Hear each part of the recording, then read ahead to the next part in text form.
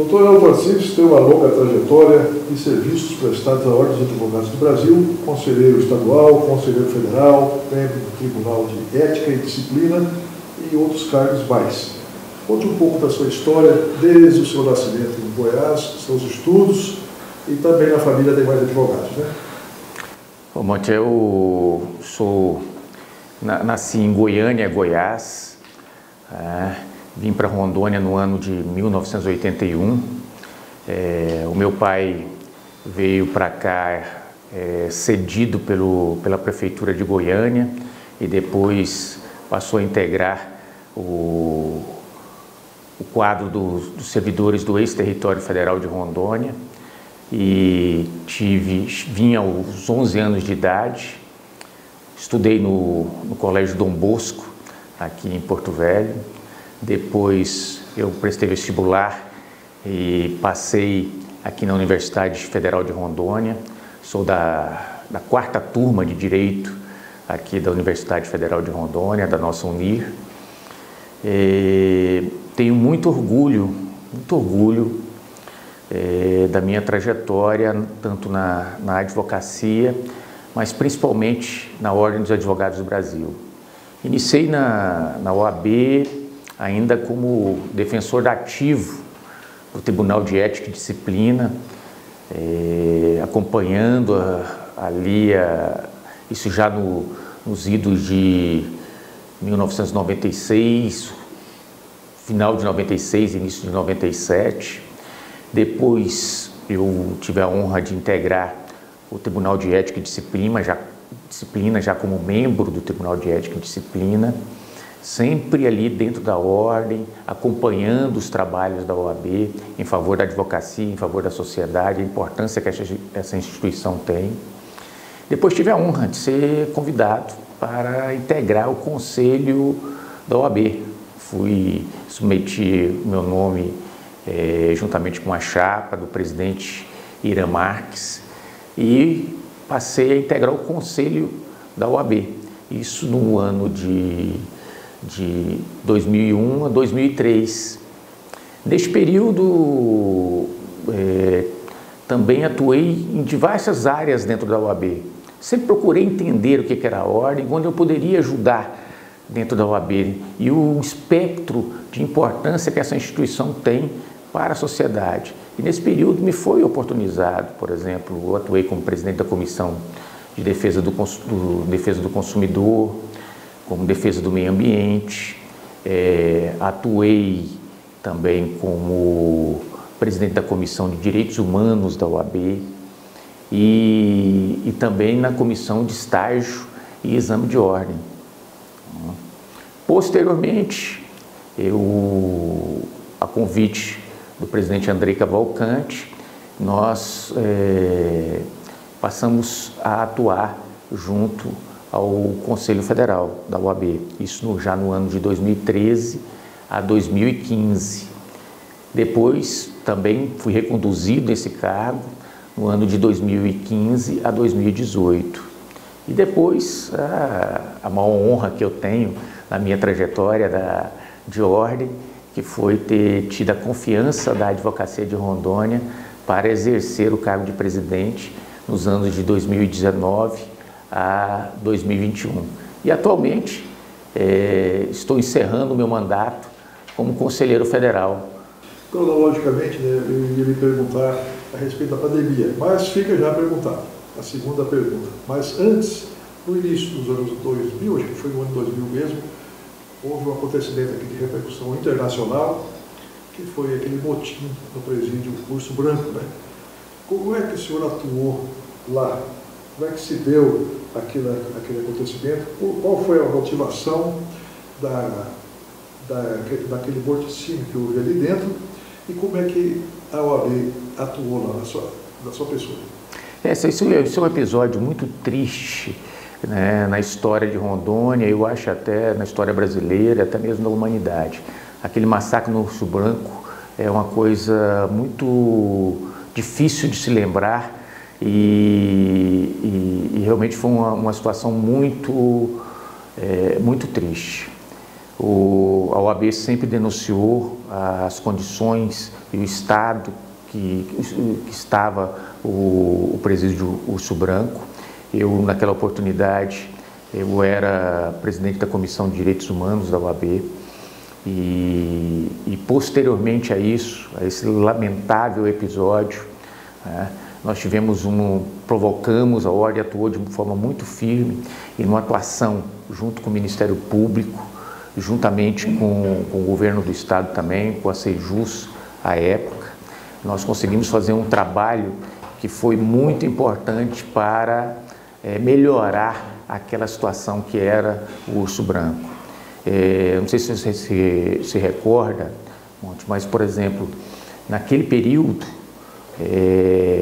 as celas, haviam buracos entre elas, onde os presos, né, circulavam entre as várias celas. Então, por exemplo, chegava um agente penitenciário à época e iria abrir uma cela, né, ele não sabia se ele ia encontrar 20 pessoas ou 50 pessoas naquela cela, porque havia uma comunicação. Naquele período, por exemplo, chegava um alvará de soltura e colocava com um nome específico, quem escolhia quem saía eram os presidiários que estavam ali, escolhiam, olha, o fulano de tal que está nesse alvará de soltura, esse aqui sai. Não havia um controle de quem estava preso ali, não havia nada. Aí, num trabalho da OAB, pós-massacre do Urso Branco, né, foi feito um trabalho, primeiramente, de identificação de todos que estavam lá dentro, com biometria, com fotos, identificando todos que estavam ali dentro. Foi feito também, foi colocado placas de metal entre as celas para impedir essa passagem de um local para o outro. Foi feito todo um trabalho de desenvolvimento para a melhora das condições penitenciárias naquela oportunidade. Mas o que eu posso dizer é que é um momento muito triste que se passou, mas a OAB contribuiu para que essa situação fosse amenizada. E a Organização dos Estados Americanos teve contato direto com a OAB, então, nessa situação? Sim, houve uma denúncia à OEA à época, né? Eu só me engano, o autor dessa denúncia foi até a Diocese de Porto Velho, né? A Igreja Católica, que foi a autora disso, mas a Ordem participou ativamente nessa questão toda. Mas é um episódio que realmente marcou o estado de Rondônia de uma forma muito negativa, né? Mas a OAB fez e muito contribuiu para melhorar o sistema penitenciário naquela oportunidade e denunciou bastante antes disso acontecer. Foi necessário acontecer esse desastre para que as autoridades todas se envolvessem para buscar uma solução para amenizar aquele problema. Como foi a atuação da OAB durante a pandemia da Covid-19? A classe perdeu também alguns advogados, morreram também advogados entre as vítimas? Sim. Foi assim um episódio muito difícil para todos nós. Veja bem, Monte, eu tinha assumido a OAB no ano de 2019. No ano de 2019 nós fizemos um exercício muito grande para sanear a OAB, né? Porque iniciou-se um provimento novo no Conselho Federal da OAB, que seria como se fosse uma lei de responsabilidade fiscal da Ordem. Me permita falar isso um pouquinho antes para entrar no ponto da pandemia. Então, nós passamos o ano de 2019 todo nos adequando a esta nova lei de responsabilidade fiscal, coloco entre aspas o provimento 185 do Conselho Federal. E quando nós conseguimos nos adequar e iríamos iniciar, colocar toda a nossa gestão, nosso plano de gestão, nós experimentamos uma coisa que nunca havia sido experimentada pela advocacia antes, pela sociedade, aliás, pelo mundo contemporâneo, que seria a pandemia do Covid-19. Nós fomos atordoados ali em março de 2020, em que, só para você ter uma ideia, num determinado momento, eu sempre menciono isso porque é uma grande realidade, Em determinado momento, nós descemos ao Tribunal de Justiça aqui para pedir a suspensão dos prazos processuais, para que os advogados pudessem se organizar. Menos de 2 meses depois, nós estávamos batendo na porta do tribunal, pedindo retorno dos prazos processuais, porque a advocacia precisava comer, se alimentar, né, naquele momento. Então foi um momento de muita dificuldade. E nisso a advocacia sentiu muito. Sentiu porque diminuiu a atuação, os honorários advocatícios, e muitos tiveram que se recolher. São advogados que muitas vezes tinham comorbidades, não podiam ficar expostos, e a OAB teve um papel ali de ajudá-los, né? Foi fornecido, por exemplo, muitas cestas básicas para advogados. Muitos não acreditam nisso, mas é verdade. Foi oferecido muitas cestas básicas para a advocacia. Nós tivemos episódios, por exemplo, em que deveria se ter uma atuação muito firme por parte da ordem. Por exemplo, o governo do estado baixou um decreto determinando praticamente o fechamento dos escritórios de advocacia naquele período. Que situação esdrúxula! Nós tivemos que recorrer, através de uma medida judicial, junto ao Tribunal de Justiça, conseguimos uma liminar, e no decreto seguinte isso foi solucionado e os escritórios poderiam atuar de forma concreta. Nós ajudamos, por exemplo, com a cobrança efetiva do Estado, para que o Estado pudesse atuar e ter um plano de contingência para atender todas aquelas demandas, aquele problema enorme que estava sendo vivenciado naquele momento. Chegamos ao ponto de ingressar no Poder Judiciário em 2 oportunidades. Fizemos uma campanha muito grande, por exemplo, para conseguir máscaras para as pessoas, porque a licitação que o Estado tinha feito tinha restado deserta. Então a OAB fez uma campanha grande, conseguiu aquelas máscaras VNI, e aquelas máscaras eram fundamentais para que as pessoas pudessem chegar em condições de ter uma sobrevida, porque se não tivesse aquela máscara, quando ele chegava ao ponto de ser entubado, era de ser entubado e morrer. Porque a máscara ela prolongava e permitia que a pessoa depois pudesse ter, através do atendimento médico, da intubação, ter a chance de sobrevida. Então foi um período muito difícil e que marcou, mas nós conseguimos, mesmo assim, que a OAB fosse protagonista nesse período, que ajudasse e cumprisse seu papel fundamental junto à sociedade e junto à advocacia. Como é que é, na sua visão, o mundo digital hoje na OAB?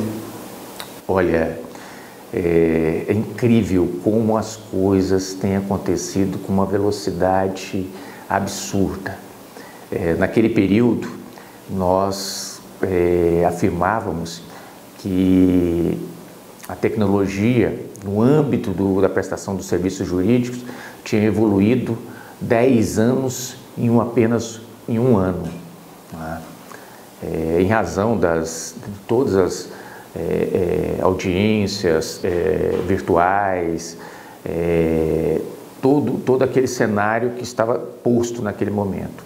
Agora, quando a gente traz para a data atual, aquilo lá foi fichinha perto do que nós estamos vivendo hoje, com a inteligência artificial, com os programas todos que estão sendo desenvolvidos, né? Com o impacto que as redes sociais estão desenvolvendo hoje no exercício da advocacia em si, né? O senhor fala do fator facilitador. E alguns percalços existem dentro da inteligência artificial? Sem dúvida alguma, nós temos sempre que utilizar. Eu digo sempre que a inteligência artificial ela tem que ser utilizada em favor da advocacia e não contra a advocacia. Nós nunca podemos tirar o ser humano, né, da atuação dentro da resolução dos conflitos, seja na advocacia, que é o advogado é o primeiro que recebe o conflito, é o primeiro que julga o conflito, costumo sempre dizer isso. O primeiro julgamento é feito pelo advogado e depois ele é submetido ao Poder Judiciário, ao contraditório, à ampla defesa, ao devido processo legal, e o Judiciário define. A inteligência artificial, ela tem que vir para contribuir, ela não pode vir para substituir o ser humano e a visão humana dos conflitos sociais. Isso é de fundamental importância. Então, nós não podemos ter uma máquina pura e simplesmente decidindo. Nós sempre temos que ter o olhar humano para dirimir aquele conflito, mas a máquina, a inteligência artificial, ela pode colaborar para a celeridade dessas decisões, mas nunca afastando o ser humano, a sensibilidade, que envolve a análise desses conflitos. A melhor lembrança que o senhor tem, ou melhores lembranças do seu mandato na presidência? Eu tenho muitas lembranças positivas da Ordem, todo esse trabalho que a gente desenvolveu na pandemia, as dificuldades do início, toda a dificuldade ela vem posteriormente quando você consegue equacionar todas essas dificuldades, ela traz um sentimento de gratificante. O enfrentamento da pandemia foi um momento muito difícil, mas só a sensação de você saber que você cumpriu o seu dever naquela oportunidade também é uma lembrança boa dentro dessa tragédia toda que foi a pandemia, se é que a gente pode falar dessa forma, mas é um sentimento de dever cumprido. E também pelas realizações que a gente conseguiu fazer ainda no ano de 2021. Mesmo todas essas dificuldades, nós não conseguimos entregar ainda. Entregamos a sede de Cacoal, fizemos obras importantes em Vilhena, Ouro Preto, entregamos a sede de Espigão do Oeste, fizemos parlatórios nesse estado todinho para ajudar a advocacia. Todas essas realizações, e quando a gente encontra a advocacia e isso é reconhecido, é sem dúvida alguma muito gratificante. E realmente, por isso que eu disse que o cargo mais importante que eu exerci na minha vida foi ter tido a honra de ter a confiança da advocacia de Rondônia para representá-la naquele momento tão difícil e mesmo assim conseguir entregar e sair de lá com o sentimento de dever cumprido. O seu sonho de consumo hoje podemos dizer assim, em relação ao perfil do Congresso Nacional e ao perfil do Poder Judiciário do Brasil. Qual é esse sentimento seu? O meu sentimento é que a gente possa efetivamente fazer justiça. E fazer justiça é aquilo que eu disse, é você conseguir dar concretude a todos os princípios estabelecidos na Constituição Federal, a ampla defesa, o contraditório, o devido processo legal, mas essencialmente o acesso à justiça. E o acesso à justiça, ele só se concretiza efetivamente com a participação da advocacia. Essa situação onde você abre a justiça, hoje abre o Poder Judiciário, para que todos vão para dentro do Poder Judiciário, mas sem a devida assistência de um advogado, sem aquela pessoa, o judicionado que procure, sem as devidas informações, muitas vezes não se consegue fazer justiça. E só se faz justiça garantindo o acesso pleno, o devido processo legal, o contraditório, a ampla defesa e estar efetivamente assistido por um profissional do direito. E o Congresso? O Congresso Nacional, ele tem que estar mais próximo das demandas da população. Isso é importantíssimo. Nós não podemos ter um Congresso Nacional que olhe para seus próprios interesses. Nós temos reformas importantíssimas para serem feitas no país, para que esse país deixe de ser o país do futuro. Para ele ser o país do futuro, ele tem que ser o país do presente. Para ser o país do presente, nós temos que fazer as discussões necessárias para que o país possa caminhar, mesmo que fira interesses pessoais. Nós não podemos ter um Congresso Nacional que olhe exclusivamente para os seus interesses momentâneos. Nós precisamos ter um Congresso Nacional que olhe para o futuro. Certo? Dessa forma, esse país tem condições e já demonstrou, por todas as riquezas que nós temos, pela força desse povo brasileiro, que pode sim crescer muito e ser uma grande nação de respeito internacional. Mas para isso nós precisamos mudar a consciência da classe política do nosso país.